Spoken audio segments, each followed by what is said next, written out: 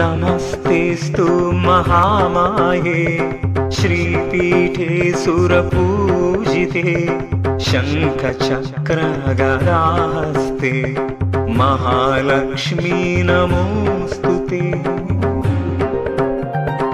नमस्ते गरुडारूढे कोलासुरभयङ्करी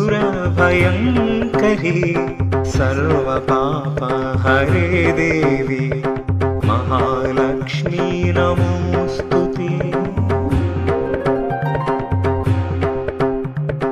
सर्वज्ञे सर्ववरदे सर्वदुष्टभयङ्करी सर्वदुःखहरे देवी महालक्ष्मी नमोऽस्तुते। सिद्धिबुद्धिप्रदे देवी भुक्तिमुक्तिप्रदायिनी मन्त्रमूर्ते सदा देवी महालक्ष्मी नमोऽस्तुते। आद्यन्तरहिते देवी आदिशक्ति महेश्वरी योगज्ञे योगसम्भूते महालक्ष्मी नमोऽस्तुते।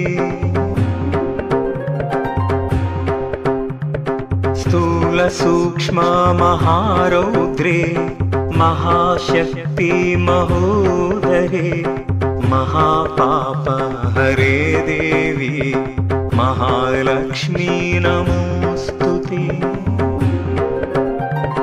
पद्मासनस्थिते देवी परब्रह्मस्वरूपिणी परमेशी जगन्माता महालक्ष्मी नमोऽस्तुते।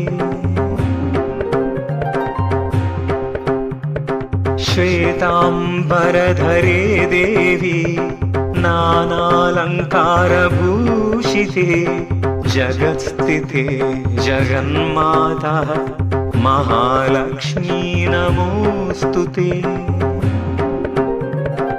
महालक्ष्म्याष्टकं स्तोत्रं यः पठेत् भक्तिमान् नरः सर्वसिद्धिमवाप्नोति राज्यं प्राप्नोति सर्वदा। एककाले पठेत् नित्यं महापापविनाशनं द्विकालं यः पठेत् नित्यं धनधान्यसमन्वितः